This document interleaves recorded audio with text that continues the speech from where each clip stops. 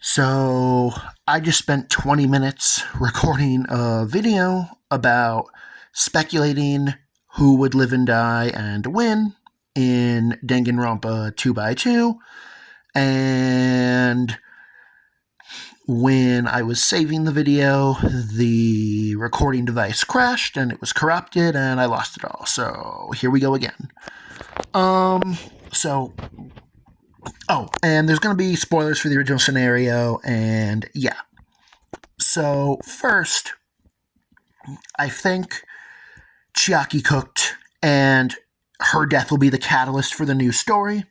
And I think this because, one, she's the only person who actually dies in the original scenario, because, virtual world, artificial intelligence, all that. And therefore, as long as she still dies, the rest of the story can play out completely differently. But how it leads into, 3 and V3 and all that can be the same. And I also imagine that with her death, the reveal that she's, the traitor and is in league with Monami would come out. And that, therefore, the whole question of, is there a traitor, who's the traitor, would all be null and void. And that also, that would lead to Nagito not going insane, or not going as insane. And that would then ultimately result in him not needing to die and making it to the end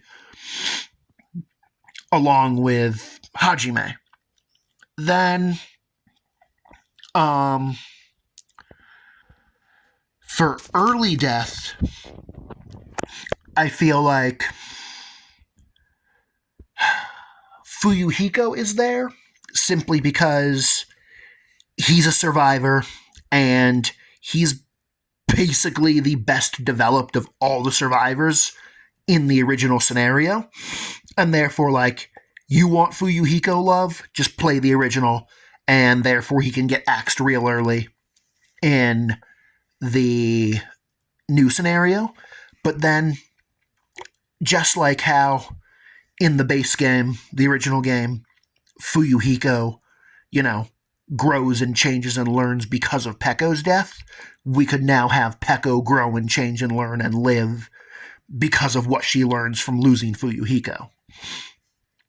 Then, with Akane, it's just she's a comic relief character and she's a survivor, and she's the worst survivor and the worst comic relief character, and she's kind of this game's equivalent of Yasuhiro, where she's a survivor, where everyone's always been why are you a survivor? So get rid of her. Then Teru Teru and the Ultimate Imposter are both in the category of, they both kind of die immediately in the original, so we need to get more of them so that they can get more developed, but we also don't need a fuckload of them, and they don't need to make it to the end, so pushing them back from dying in chapter 1 to dying in 3 or 4, but also ideally being separate cases that are unrelated, is fine. Then Mikon is in the category of, I actually have no problem with when she dies in the story, but really the problem with Mikon is just that, in chapter 3, the despair disease actually removes free will and changes who the people are on a fundamental level. And therefore, it's very different. Because obviously Monokuma's always being a piece of shit and manipulating people, but usually it's he tempts them with something and then they give in to their base instincts. But with that motive, he actually altered their brain chemistry. So the entire chapter just felt why? What are we doing? And therefore, I feel like Mikon dying around the midpoint would totally be fine, as long as all of the circumstances around the how and why were changed. Gundam we'll get back to later. Now, Mahiru is in the category of, in the original game, as soon as we're starting to warm up and get to know, like as soon as we start to get to know Mahiru a little bit, she dies. So push her death back so that we can get to know her. And then also, as soon as Hiyoko starts realizing that she was being a bitch and that she should treat people better and starts to grow as a person, she dies. So make her a survivor so that we can actually get the conclusion of the character arc she was robbed of in the original. But also Mahiru does still need to die so that Hiyoko can go through that arc. But with her death being later, we'll care a lot more when she gets axed. Now, Kazuichi, I actually feel like him and Sonya could be swapped.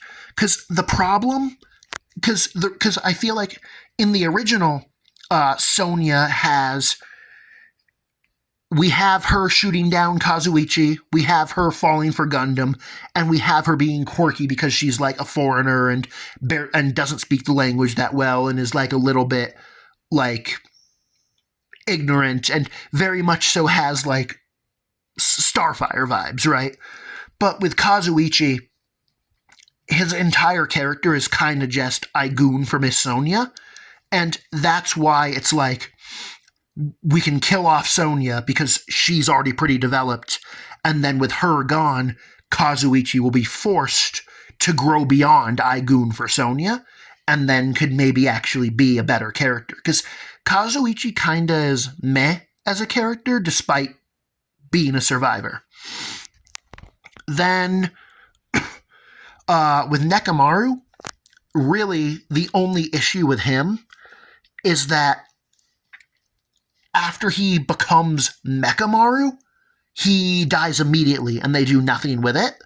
So by pushing back his death a little bit, I feel like that it would make it so that hopefully he still becomes Mechamaru, but then by dying later, it would make it so that we'd actually be able to get more out of Mechamaru. And I think that his character could benefit from that. And I feel like that there's a lot of interesting things you could do with a robot running around. And I feel like that just, the very existence of Kibo in V3 might indicate that Kodako was feeling the same way of like, yeah, I didn't do enough with this robot character. Let's fix that shit. Then, obviously, Hajime, is the protagonist. Now, with Nagito, I already touched on that I think he's a survivor because of Chiaki's early demise, but I also feel like that I do think that Nagito should still be hope-pilled, and I think it would be funny to see kind of like a buddy cop dynamic between Hajime and Nagito, but I also definitely still want that the whole like, hey Hajime, what does this guy want with me now? I still like that. I like that dynamic, and I feel like that even if Nagito is more sane and is survivor and isn't completely crazy, I would still like to see some of his quirks and I guess Nagito, his Komeda-isms preserved, right? Now, that just leaves Gundam and Ibuki. Now, I feel like this. Gundam and Ibuki are both comic relief characters. And I feel like that it makes a lot of sense to have one of them survive, but only one. But I also feel that having Ibuki survive and having Gundam survive makes equal amount of sense. And I think one of them will live and one of them won't.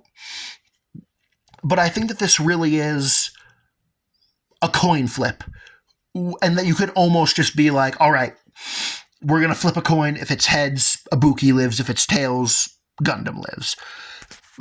But I don't think that we need, but like, I feel like that the only way that they would both live would be if they increased the amount of survivors. Because obviously there are 5 survivors in the original scenario. But